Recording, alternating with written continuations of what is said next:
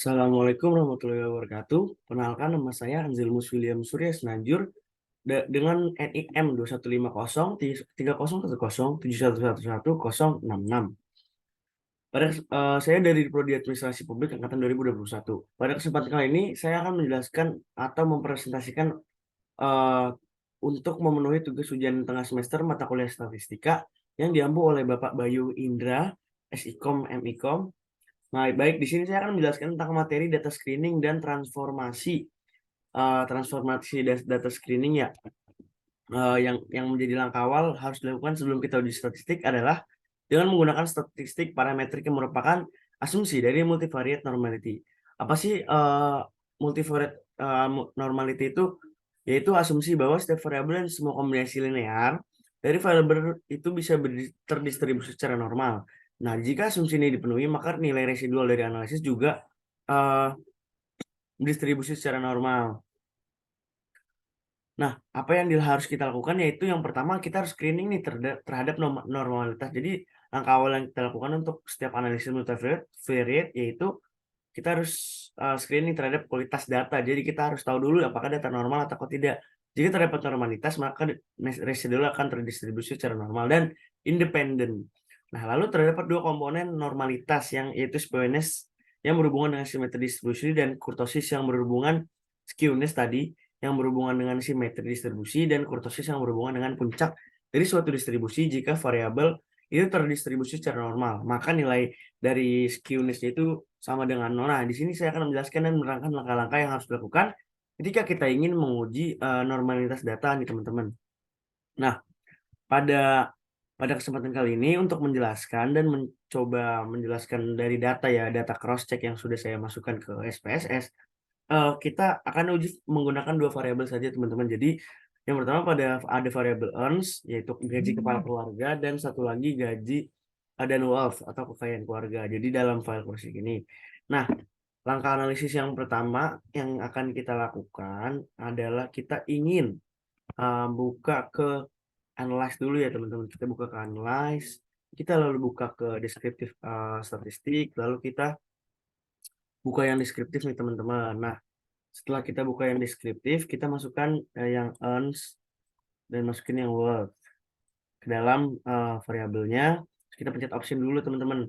Karena kita ingin mengukur uh, kurtosis dan skewness-nya aja, berarti yang lain dicentang matiin aja teman-teman. Ini dimatiin semua. Ini dinyalakan. Ini variabelnya tetap dicentang.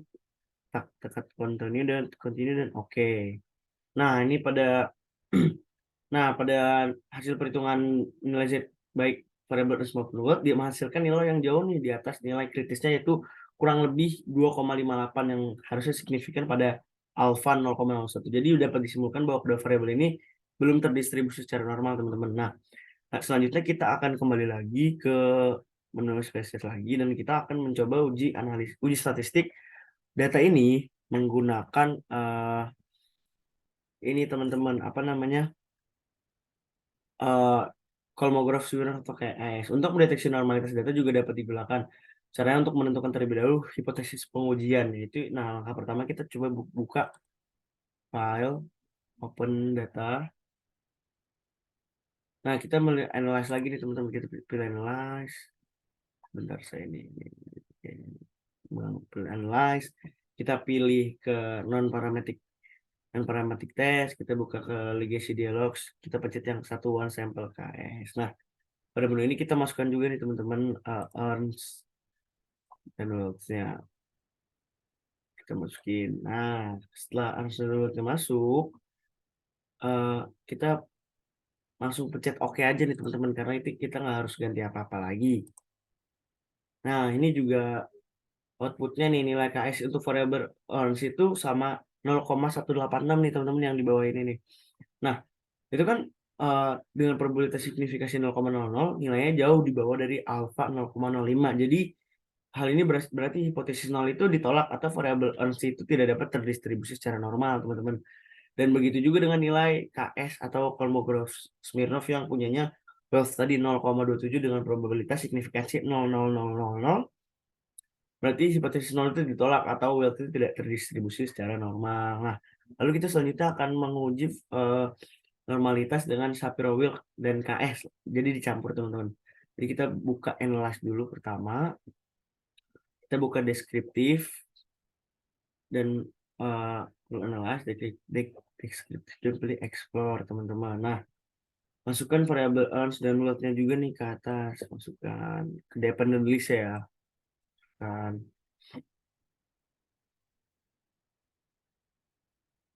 Nah, setelah itu kita pilih plot teman-teman. Kita pilih plot terus kita centang yang normality plot with test. Normality plot with test. Jadi yang centang itu yang atasnya juga biarin aja teman, jadi biarin semuanya aja. Lalu kita klik continue. Oh, ini stem and leaf kita matiin. Kita klik continue. Nah, oke. Sorry maaf. Ini kita salah. Kita ulang ya. Tadi dari ke ini analyze, deskriptif, explore. Udah, kita lihat plot dulu. Oke, sudah. Oke, nah nanti datanya akan seperti ini teman-teman. Datanya akan seperti ini teman-teman. Nah, keluar semua kan data-data grafik kedua variabel analog itu tidak mepet mengikuti garis diagonal sehingga tidak dinyatakan tidak normal. Data yang normal jika hasil observasi ini tuh mengikuti diagonal dan mepet gitu teman. Ini kan itu bisa tidak mepet gitu teman-teman. Dan uji ini juga dapat melihat data yang outlier seperti ditunjukkan pada di bawah. Nah, data earns itu jauh dari grafik. Data earns itu jauh dari grafik box plot yang tuh data nomor 8, 47. Nah, selanjutnya mungkin teman-teman masih bingung, kita akan coba uji normalitas dengan menggunakan grafik nih teman-teman. Jadi langkah pertama normalnya tidaknya satu data itu dapat dideteksi juga lewat plot grafik histogram, karena hanya gambar grafik kadang-kadang menyesatkan karena kelihatannya distribusi normal tetapi tidak secara statistik tidak normal. Tapi berikut ini adalah cara nih gimana kita bisa menampilkan grafik histogram variabel earn dan load. Kita buka SPSS lagi, buka cross tadi data yang tadi. Kita pilih yang graph. Ini agak nutupin ya. Kita pilih yang graph.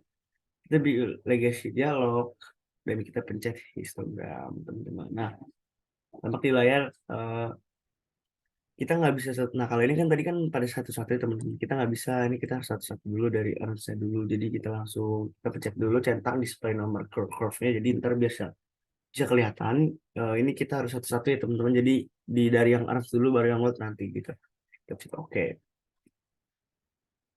Nah, ini jadi ini grafik earns nih teman-teman. Nah, coba kita yang bikin yang satu lagi ya. Kita bikin yang world. Jadi kita lakukan langkah yang sama. Kita buka yang world. Kita ini keluarkan dulu. Masukkan yang world. Explain yang world. Nah, begini teman. Hasil tampilan histografi menunjukkan bahwa variabel earns ini variabel earns ini dan load ini memang tidak normal, melenceng ke kiri, positif skewness. Sedangkan yang normal itu harus di tengah-tengah nih. Jadi kayak ini di tengah-tengah gitu loh teman. Ini kan agak melenceng ke kiri.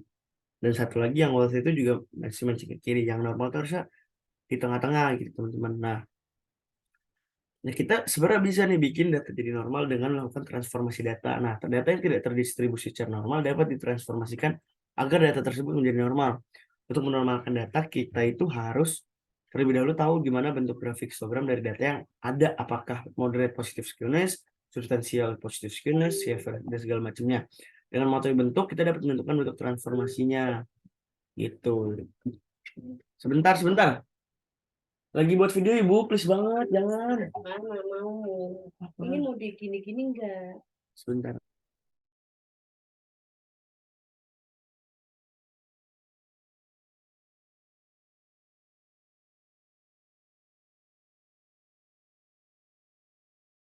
Baik, maaf akan saya lanjutkan. Maaf tadi ada gangguan dari mama saya. Mungkin bisa dilanjut, kita buka. Nah, kita harus melakukan transformasi data nih teman-teman. Kita pertama kita buka ke menu ini lagi. Kita buka ke menu SPSS lagi yang utama. kita buka menu utama SSD, kita pilih transform teman-teman. Ini untuk transform. Nah, kita pencet yang complete variable.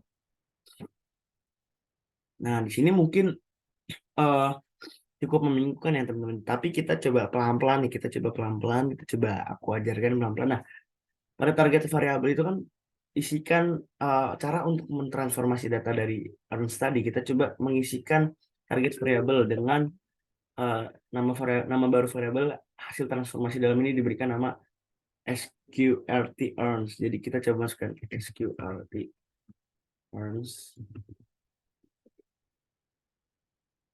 Pada function group, pilih function group, kita pilih all. Terus kita pilih spesial, kita pilih SQRT. SQRT. Masukkan ke numeric expression. Masukkan. Nah, setelah masuk, kita ketik SQRT ini ingin diapakan. Kita kan sekarang pakai variabel earn, jadi kita pencet yang earns. Nah, gitu teman-teman. Nah, lakukan yang sama untuk pada variabel. Jadi kita habis itu pilih OK, pilih OK. Ini karena yang harus di situ cuma target variabel dan nomor expression. Pencet OK. Nah, sudah dieksekut. Sama halnya seperti yang well, kita tinggal ganti namanya aja. Jadi kita buka complete variable lagi. Ini kita ganti dengan well. Ini juga kita ganti dengan well.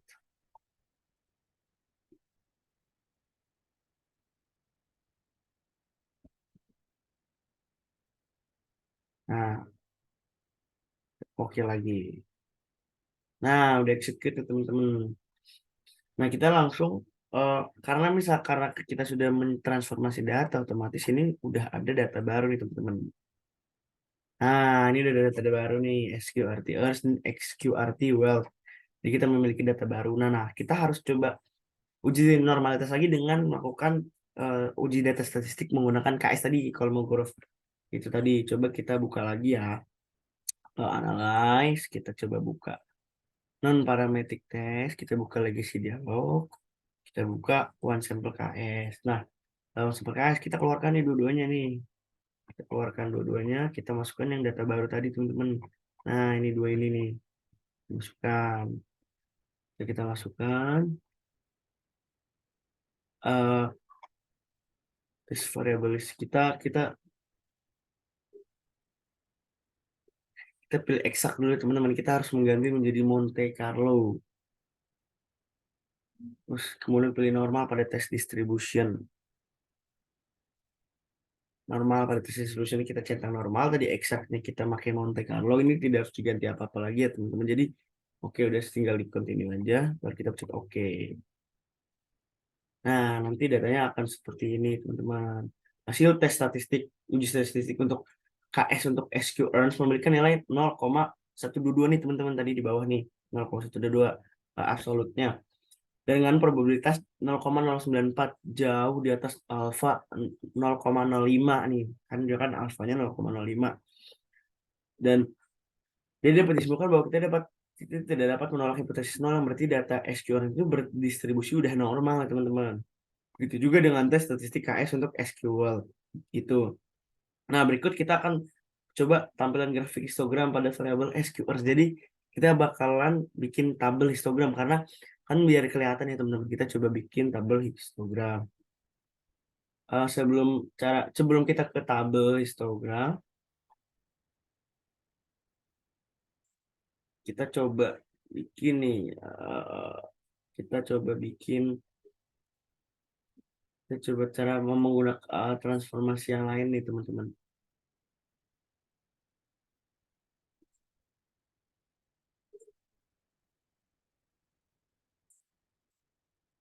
Oke, kita coba ingin menunjukkan kalau misalkan ini grafiknya tuh udah, ini belum ya, kita coba buat lagi.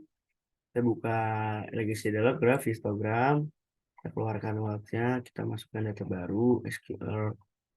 Oke. Nah, ini kan udah terlihat nih teman-teman dari hasil grafiknya. Terus kita buka histogram yang lagi, keluarkan lagi SQLT earns, kita masukkan SQLT wealth. Oke. Nah, ini kan Udah terlihat nih, udah terlihat perbedaannya karena transformasi data yang tadi kita lakukan. Coba kita bikin analisis yang lain nih teman-teman. Kita pakai cara transformasi yang lain.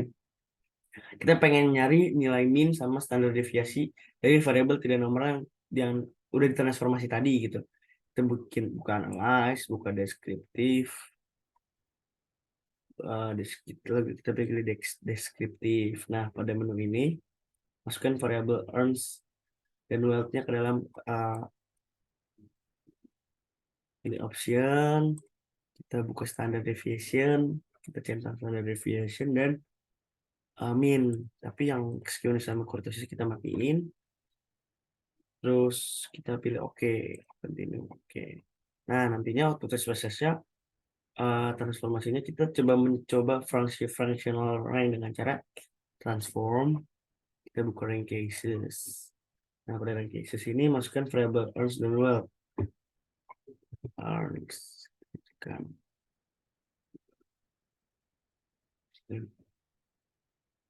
Kita pilih rank type, kita functional rank-nya kita centang, teman-teman. Centang yang lain kita matiin semua. Pilih continue, oke. Nah, sekarang kita punya data baru yaitu R earns dan R wealth. Jadi kita punya data baru nih, kita akan coba lihat nih R earns dan R wealth. Nah, kan udah ada data baru nih teman-teman, R earns dan R wealth. R wealth. Jadi langkah ketiga untuk mentransformasi realms dan real world itu kita pilih lagi nih, kita harus transformasi lagi dari tadi. Kita buka transform, complete variable.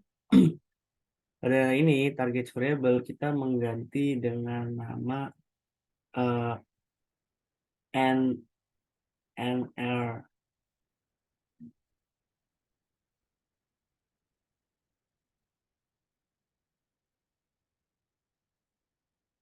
Kita harus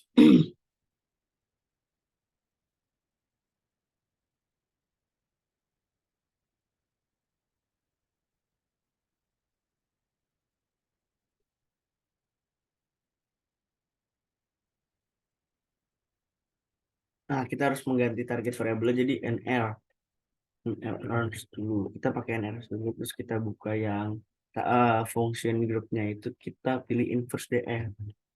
Nah, setelah pencet inverse DF, kita pencet yang di L normal, IDF normal, IDF normal, kita pencet ke atas. Kita hapus dulu semuanya, maaf. Dulu kita masukkan ke atas IDF normal. Kita masukkan nih, ini kan ML world. Kita masukin errors.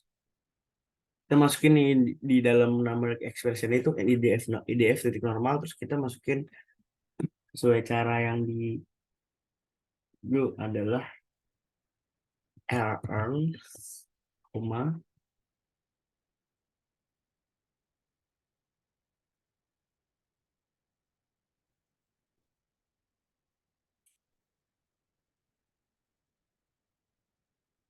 12,536,123 ini kita hapus saja teman-teman. Nah, kita tutup kurung. Ini saya mengikuti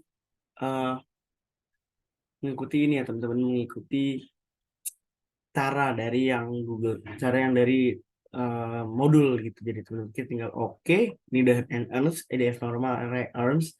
Jadi di numeric expression ini tidak perlu pakai and runs. Jadi tinggal earns saja gitu teman-teman. Oke. Nah, udah execute nih. Kita coba yang hal yang sama di air world. Berarti ini kita ganti jadi air world. Karena kita harus mengganti yang world. Ini juga tinggal diganti yang world. Air world. Nah, sama nih teman-teman, tinggal oke. Nah, sekarang punya data baru nih teman-teman. Errors dan error world. Nah, sekarang kita diuji grafik. Kita pilih analyze, kita pilih udah ada data baru, kita bikin analyze non parametric. legacy dialog, one sampel KS. Nah, kita keluarin dua-duanya nih. Kita masukin an errors dan reward. OJB. Sabar ya teman-teman, kita coba buka grafik dulu deh. Kita kasih lihat grafik dari NL gitu teman-teman.